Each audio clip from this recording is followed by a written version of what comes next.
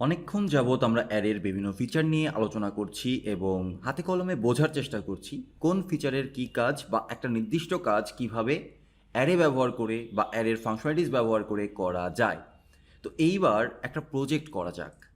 খুব বড়সড় কোনো প্রজেক্ট না, ছোট্ট একটা সিএলআই প্রজেক্ট। ফর এক্সাম্পল, একটা কমান্ড লাইন বা CLI to do list application. আমরা প্রোগ্রামাররা সাধারণত টেক্সট এডিটর বা টার্মিনালের বাইরে যেতে পছন্দই করি না। তো কোড করতে করতে কোনো একটা কাজ যদি আমাদের প্রয়োজন পড়ে, সেটা আমরা এই টার্মিনাল ব্যবহার করেই লিখে রাখতে পারি, সেটা ফাইল সিস্টেমে সেভ করে রাখতে পারি। আবার একটা কমান্ড ব্যবহার করে ফাইলটা রান করার মাধ্যমে দেখতে পারি আমার নেক্সট কী কাজ আছে। খুব ছোট্ট একটা কনসেপ্ট, ছোট্ট একটা অ্যাপ্লিকেশন। ডান মার্ক ডান করা বা এই টাইপের কোনো কিছুই থাকবে না, কিউবি আকারে সব কিছু যুক্ত হবে এবং ফাইনালি আমাদের টপ থেকে যখন আমরা একটা কাজ ডান করব তখন টপ থেকে সবার ওপরের কাজটা রিমুভ হয়ে যাবে। এই হচ্ছে আমাদের প্রজেক্টের কনসেপ্ট, খুবই সিম্পল কনসেপ্ট। এবং এই কাজটা করার জন্য অবশ্যই আমরা অ্যারে ব্যবহার করব। এখানে অলরেডি আমি লেকচার 6-এর ভেতরে একটা প্রজেক্ট সেট আপ করেছি, যেখানে নোড মডিউলস আছে, প্যাকেজ ডট জেসন আছে, ডেটা ডট জেসন আছে। এটা একটা এমটি জেসন ফাইল, যেখানে একটা এমটি অ্যারে রয়েছে। তারপরে কিট ইগনোর ফাইল তৈরি করে রাখা আছে, সব কিছুই তৈরি করে রাখা আছে যেন আপনাদের সময়টা বেঁচে যায়। এই জন্য আমি আর এই সেট আপটা দেখাইনি, আমি মেনলি কোডটা নিয়ে কাজ করব।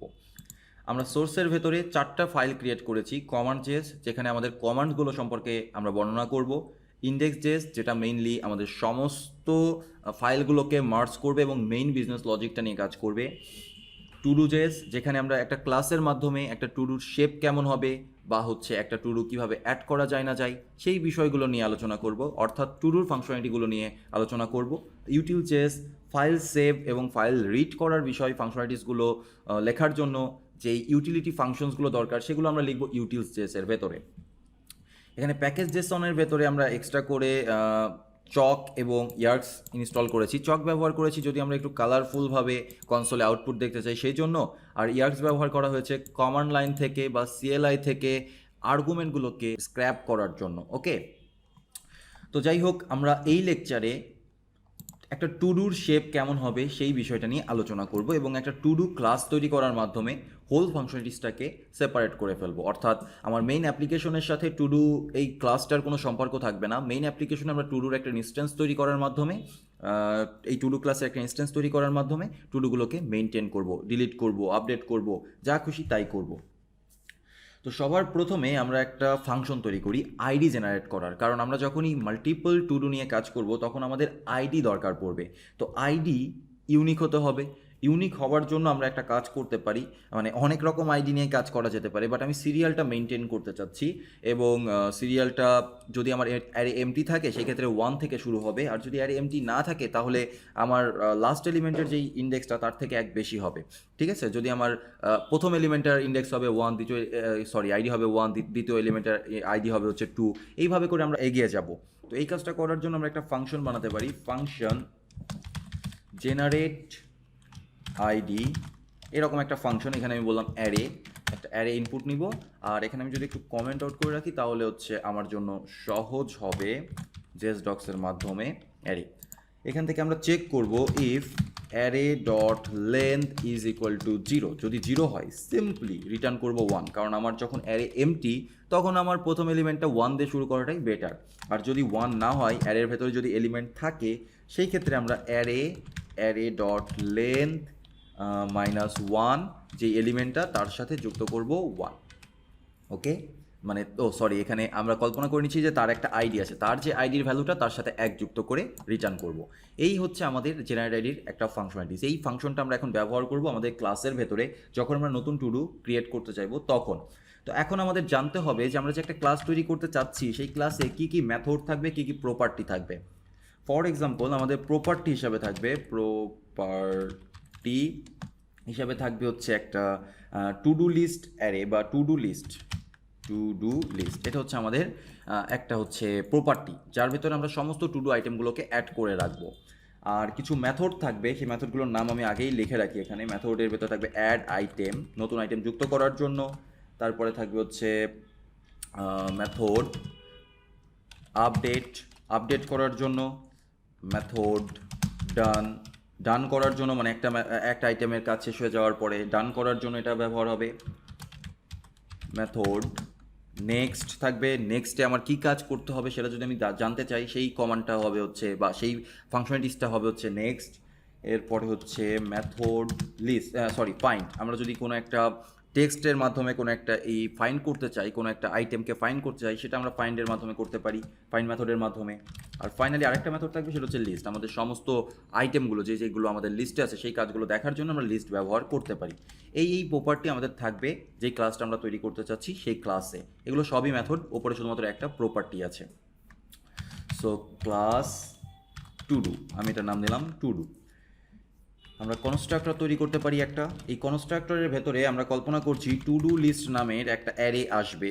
সেটা যদি এমটি থাকে তাহলে আমরা ডিফল্টভাবে এমটি অ্যারে বসে নিলাম। মানে কেউ যদি কনস্ট্রাক্টর কল করার সময় কোনো রকম কোনো অ্যারে পাস না করে তাহলে একটা এমটি অ্যারে অটোমেটিক্যালি বসে যাবে। তো আমরা লিখতে পারি this dot to do list is equal to to do list, এইভাবে আমরা লিখতে পারি। কনস্ট্রাক্টরের কাজ শেষ। এবার আমরা পরের ফাংশনালিটিসটা তৈরি করার কাজ করব, সেটা হচ্ছে অ্যাড আইটেম। অ্যাড আইটেম, এখানে আমরা কল্পনা করছি টেক্সট আসবে বাইরে থেকে। টেক্সট হচ্ছে একটা স্ট্রিং, যেই টেক্সটটা আমরা টুডুতে অ্যাড করতে চাচ্ছি। আমরা এখান থেকে একটা আইটেম নামক অবজেক্ট তৈরি করতে পারি, যেটা মেইনলি একটা টু ডু আইটেম। এই আইটেমের ভেতরে টেক্সট প্রপার্টিটা থাকবে, যেটা আমরা আর্গুমেন্ট আকারে পাচ্ছি। আপনি এখানে ভ্যালিডেশনও করতে পারেন, বাট আমি করলাম না, আমি ধরেই নিলাম যে সব কিছু ঠিকঠাক। আইডি জেনারেট করতে হবে আমাদের, অবশ্যই প্রত্যেকটা আইটেমের একটা আইডি থাকতে হবে। যেন আমরা জেনারেট আইডিটা কল করলাম, এবং এখানে আমাদেরকে একটা অ্যারে পাস করতে হবে আইডিটা ট্র্যাক রাখার জন্য। এবং আমাদের অ্যারেটা আছে হচ্ছে this dot to do list dot, sorry this dot to do list বললে পরেই হয়ে যাবে, এটাই হচ্ছে আমাদের অ্যারে। আর ফাইনালি একটা ডেট আমরা জেনারেট করে রাখতে পারি, যেটা আমাদের পরবর্তীতে হেল্প করবে কখন এই টুডুটা ক্রিয়েট হয়েছে সেটা ট্র্যাক করার জন্য। সো আমি নাম দিলাম created is equal to new date.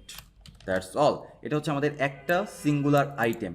এবার আমরা চাচ্ছি এই আইটেমটাকে আমাদের অ্যাকচুয়াল অ্যারের ভেতরে পুশ করে রাখতে সবার শেষে। তো আপনারা সবাই জানেন সবার শেষে কীভাবে পুশ করতে হয়। This dot to do list হচ্ছে আমার অ্যারে, ডট পুশ আমাদের আইটেমটা। কি মজার না ব্যাপারটা, আমাদের একটা ফাংশনালিটিস কিন্তু শেষ। এইবার আমরা আপডেট নিয়ে কাজ করব।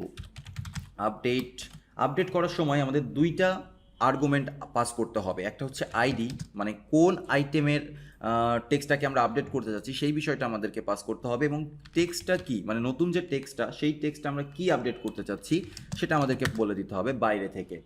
সো আমরা এখানে ফাইন্ড ইন্ডেক্স করার মাধ্যমে বা ফাইন্ড করার মাধ্যমে করতে পারি, কিন্তু আগেই বলেছি এখনও আমরা ফাংশন নিয়ে কাজ করব না। ইটারেটর যে ফাংশনগুলো আছে সেগুলো নিয়ে কাজ করব না, আমরা ফর লুপ ব্যবহার করে কাজ করব বিষয়গুলোকে ভালোভাবে ফিল করার জন্য। এই জন্য আমরা এখানেও ফর লুপই ব্যবহার করছি। For let i is equal to 0, i smaller than this dot to do list dot length i plus plus. এরপরে আমরা একটা কন্ডিশন চেক করব, if this dot to do list i dot ID is equal to যে আইডিটা আমরা provide করছি সেই ID, যদি আইডিটা মিলে যায় তার মানে এই ইন্ডেক্সের বা এই আইটেমটার ডেটা বা টেক্সট আমাদেরকে চেঞ্জ করতে হবে। সেক্ষেত্রে আমরা লিখতে পারি this dot to do list i, এটা হচ্ছে আমার একটা অবজেক্টকে নিয়ে আসবে, সেই অবজেক্টের টেক্সটের ভেতরে আমরা গেলাম, যাওয়ার পরে নতুন টেক্সট এলিমেন্ট দ্বারা সেটাকে আপডেট করে দিলাম। আর আপডেট যদি হয়েই যায় তাহলে আমাদের লুপ চালিয়ে কোনো লাভ নেই, তাই আমরা ব্রেক করে দিলাম। ওকে, আপডেট ফাংশনের কাজ কমপ্লিট। আমি কোনো রকম কোনো ভ্যালিডেশন নিয়ে কাজ করছি না। এরপর আমরা জানতে চাচ্ছি নেক্সটে কী আছে না আছে, আমাদের কি পরের ফাংশনটা কী ছিল, ডান। সো আমরা ডানটা নিয়ে আগে কাজ করি।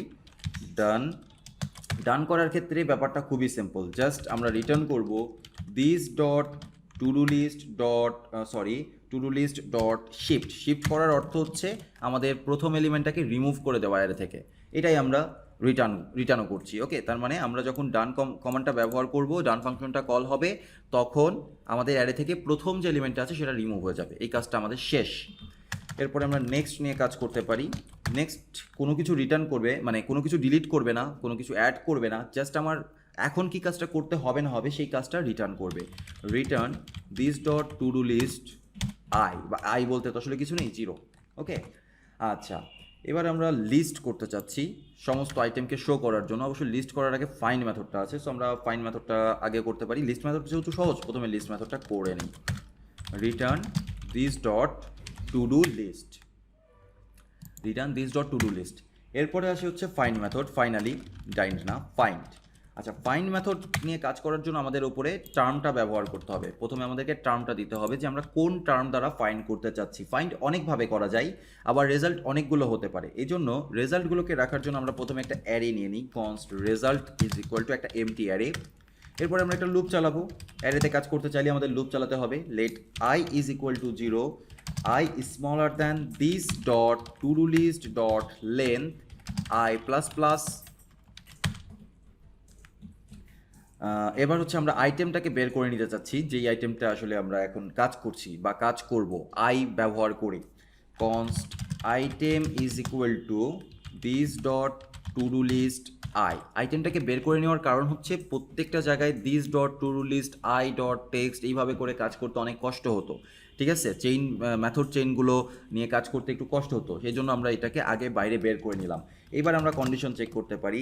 If item dot text, item হচ্ছে আমার অবজেক্টটা, সেই অবজেক্টের text dot to lower case, আমরা লোয়ার কেসে কনভার্ট করে নিলাম, কারণ আমাদের ইউজার কখনো আপার কেসেও সার্চ করতে পারে, কখনো লোয়ার কেসেও সার্চ করতে পারে, বাট কি কেসে সার্চ করছে it doesn't matter to me. যেটাই মানে টেক্সটটা মিলছে কিনা এটাই হচ্ছে ইম্পর্টেন্ট বিষয়। এই জন্য আমরা সব কিছুকে লোয়ার কেসে রূপান্তর করে নিব এবং ইনক্লুডস মেথডের মাধ্যমে চেক করব। ইনক্লুডস এই মেথডটার মাধ্যমে চেক করব যে যেই টার্মটা ইউজার সার্চ করার জন্য দিয়েছে সেই টার্মসটা এর ভেতরে আছে কিনা। Term dot to lower case, টার্মটাকেও আমরা টু লোয়ার কেসে কনভার্ট করে নিব। এবার এই if condition either true return করবে অর ফলস রিটার্ন করবে। যদি ট্রু রিটার্ন করে কোনো একটা এলিমেন্টের জন্য, সেই আইটেমটা আমরা রেজাল্ট অ্যারের ভেতরে পুশ করে দেব। Result dot push item, simply আইটেমটাকে পুশ করে দিলাম, দ্যাটস অল। অ্যান্ড ফাইনালি এই লুপ থেকে বের হয়ে যাওয়ার পরে রিটার্ন করব রেজাল্টকে, দ্যাটস অল। সো এই হচ্ছে আমাদের টু ডু ক্লাস, যেই টু ডু ক্লাসটা পুরোপুরি ফাংশনাল। এখন আমরা এই টু ডু ক্লাসটা ব্যবহার করে to do list CLI based একটা টু ডু লিস্ট অ্যাপ্লিকেশন তৈরি করতে পারি। এবং অ্যাট দ্য এন্ড একটা কাজ এখনও বাকি রয়ে গেছে, সেটা হচ্ছে module dot exports is equal to to do. আপনারা অনেকেই হয়তো এই সিনট্যাক্সের সাথে পরিচিত না, আপনারা ভাবছেন এক্সপোর্ট ডিফল্ট নিয়ে কাজ কেন করলাম না, বা এক্সপোর্ট ডিফল্ট করা উচিত। যেহেতু আমি নোট.জেএস ব্যবহার করছি এবং আমি 12 ভার্সনটা ব্যবহার করছি, দ্যাটস ওয়াই আমার এখানে এই এক্সপোর্ট ডিফল্ট বা ইএস মডিউলের যে সিস্টেমগুলো সেগুলো কিন্তু কাজ করবে না। আমি নোট.জেএসের সিস্টেমটাই, কমন জেএসের সিস্টেমটা ব্যবহার করছি, মডিউল ডট এক্সপোর্টস। আর সিএলআই বেসড অ্যাপ্লিকেশনটা অবশ্যই ব্রাউজারে চলবে না, সিএলআই বেসড অ্যাপ্লিকেশনটা চলবে নোট.জেএস প্ল্যাটফর্মে, নোট.জেএস রান টাইমে। দ্যাটস ওয়াই কিন্তু আমাকে নোট.জেএসের সিনট্যাক্সটাই ব্যবহার করতে হয়েছে।